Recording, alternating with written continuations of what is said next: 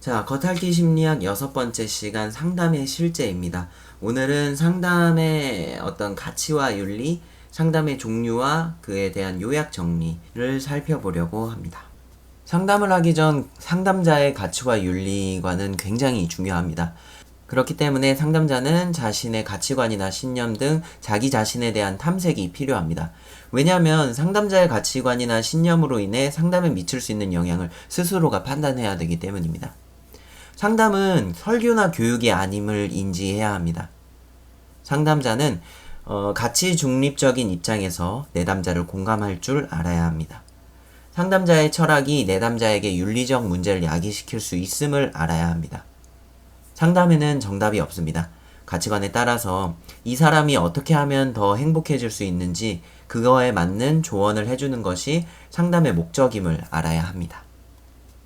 젠센과 베게는 상담에서 신경 써야 할 부분을 이렇게 10가지로 요약을 했습니다. 감정 지각 능력과 표현 능력이 필요하다.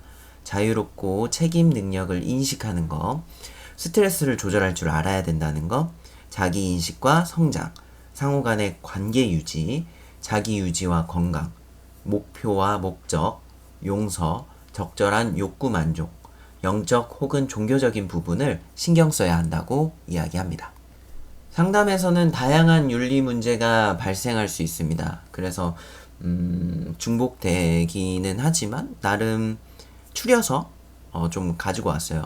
굉장히 많은데 그 중에서 좀 중요하다 싶은 것을 추렸다는 겁니다. 첫 번째로 자신의 욕구와 행동이 어떠한 영향을 미치는지 충분히 자각을 해야 됩니다. 분명히 자각을 해야 되고 소속이나 조직에서의 윤리적인 기준을 알고 있어야 합니다. 내담자를 자신의 욕구 충족 대상이나 뭐 그런 이유로 이용을 하면 안 됩니다. 치료적인 관계 외에는 어떠한 관계도 형성하면 안 된다는 거. 비밀 보장, 그리고 부정적인 영향을 미칠 수 있다. 뭐 이런 문제들 있잖아요. 그런 것들을 다 고지시켜줘야 됩니다. 자신의 가치관과 태도를 인지하고 내담자에게 어떤 영향을 미칠지 인식을 해야 되고, 다음으로는 뭐 상담의 목표, 절차, 기법, 내용 등에 관하여 내담자에게 닥칠 수 있는 위험이나 고려해야 할 것들, 문제점, 기타 등등 알릴 수 있는 건 다 알려줘야 돼요. 그래서 이런 고려해야 할 것들을 고지해야 된다. 다음으로는 전문적인 도움의 한계를 인지하고 자신의 상담이 도움이 안 된다고 판단이 되면은 과감하게 다른 상담자에게 의뢰를 하거나 추천을 해줘야 됩니다.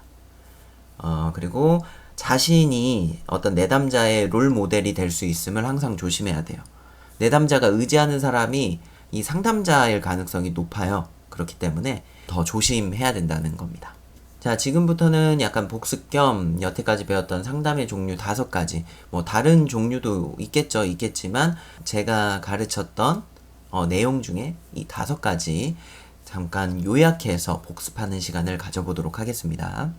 먼저 첫 번째 정신분석 이론은 과거에서 문제의 원인을 찾고 그 원인을 통찰시켜주고 제거하여 이를 해결해주는 거. 과거에서 원인을 찾아서 해결해준다 까지가 정신분석 이론이에요. 인간중심 이론, 두 번째 인간중심 이론은 내담자가 스스로 문제를 해결할 수 있기 때문에 공감해주는 거, 그러니까 들어주고 지켜보는 것이 더 중요하다라는 겁니다. 행동수정 이론, 세 번째 행동수정 이론은 교육심리에서 많이 쓰입니다. 많이 쓰이는데 학습을 통해 잘못된 행동을 고치고 올바른 행동을 유도하는 것이 목적입니다. 다음 네 번째 인지적 접근 이론인데요. 이건 요즘 또 인지심리학이라고 해서 좀 대두가 되는 것 같아요. 어쨌든 인지적 접근 이론은 내담자와의 대화를 통해 현재 하고 있는 생각이나 느끼는 감정을 인지하고 해소할 수 있는 방향을 제시해야 된다는 겁니다. 대화를 통해서 인지를 한다는 거예요. 생각이나 감정. 그리고 인지를 시킨 다음에 해소할 수 있는 방향. 자신이 생각했을 때 이렇게 하면 좋을 것 같아요. 라는 조언까지 한다는 거. 자, 마지막으로 5번째 게슈탈트 이론입니다.